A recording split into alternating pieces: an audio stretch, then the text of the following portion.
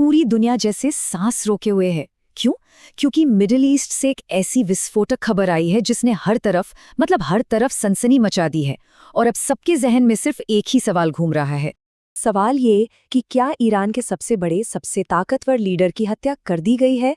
ये एक ऐसा सवाल है जिसने पूरी दुनिया में खलबली मचा दी है। लेकिन इन सब दावों और अफवाहों के पीछे असल में सच क्या है? चलिए मिलकर इस पूरी उलझी हुई गुत्थी को सुलझाने की कोशिश करते हैं। तो देखिए, ये सब शुरू कैसे हुआ। अचानक से कुछ रिपोर्ट्स बिना किसी कंफर्मेशन के वायरल होने लगी। रिपोर्ट्स की अयातुल्ला खामनेई पर एक जानलेवा हमला हुआ है। और बस फिर क्या था, इन खबरों ने सोशल मीडिया पर तो जैसे आग ही लगा दी और दुनिया भर के बाजारों में हड़कंप मच गया। और दावे भी कोई एक तरह के नहीं थे, तरह तरह की बातें फैल रही थीं, बिल्कुल जंगल की आग की तरह।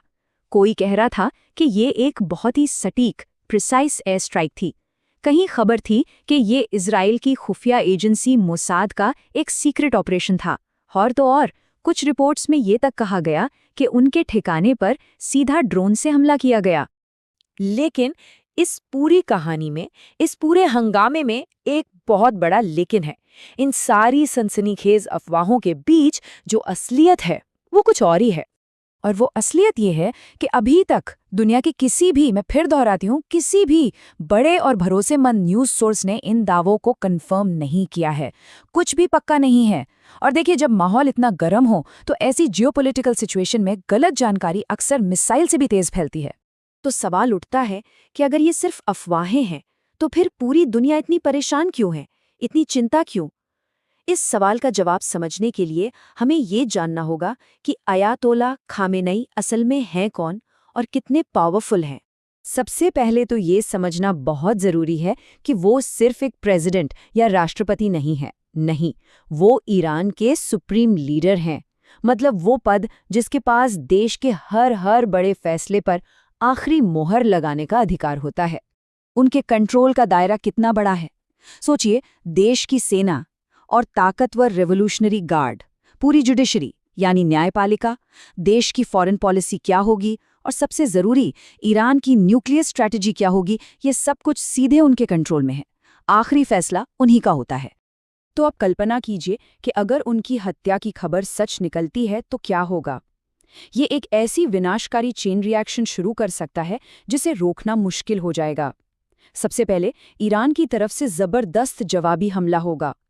इससे पूरे रीजन में एक बड़ा युद्ध छिड़ सकता है और पूरी संभावना है कि इसमें अमेरिका को भी कूदना पड़ेगा। और इसका असर पूरी दुनिया पर पड़ेगा। ऐसा कोई भी हमला कंफर्म होते ही दुनिया भर में तेल की कीमतें रातों रात आसमान छूने लगेंगी। पूरी ग्लोबल इकोनॉमी, मतलब वैश्विक अर्थव्यवस्था को एक बहुत बहुत बड़ा झटका लगेगा।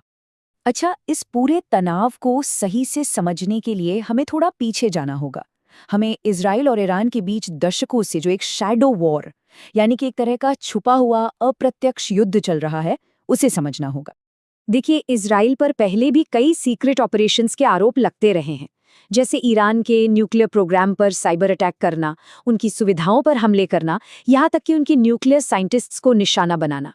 लेकिन ये सब कार्रवाइयाँ एक खास दायरे में होती थी, पर्दे के पीछे। मगर सुप्रीम लीडर को सीधे निशाना बनाना, ये एक बहुत बड़ी रेड लाइन को पार करने जैसा है। ये इस छुपे हुए संघर्ष को, इस शैडो वॉर को एक झटके में एक खुली आमने सामने की जंग में बदल देगा। तो फिर असली खतरा क्या है? क्या वो हमला है जो हुआ ही नहीं? नहीं, असली खतरा इस बात में छिपा है कि इस अफवाह पर लोगों ने कितनी आसानी से यकीन कर लिया। पूरे दुनिया ने जिस तरह से रिएक्ट किया, वो हमें बताता है कि शांति की डोर कितनी ज्यादा नाजुक है। और यहीं से बात आती है इंफॉर्मेशन वॉरफेयर की। मतलब वो जंग जो बमों और गोलियों से नहीं, बल्कि कहानियों और खबरों से लड़ी जाती है, जहां झूठी खबरों को एक हथियार की तरह इस्तेमाल किया जाता है, दहशत फैलाने के लिए और ये देखने के लिए कि सामने वाला कैसे रिएक्ट करता है। तो ये सवाल पूछना लाजमी है, आखिर ऐसी खबरें फैलाने से किसका फायदा हो सकता है?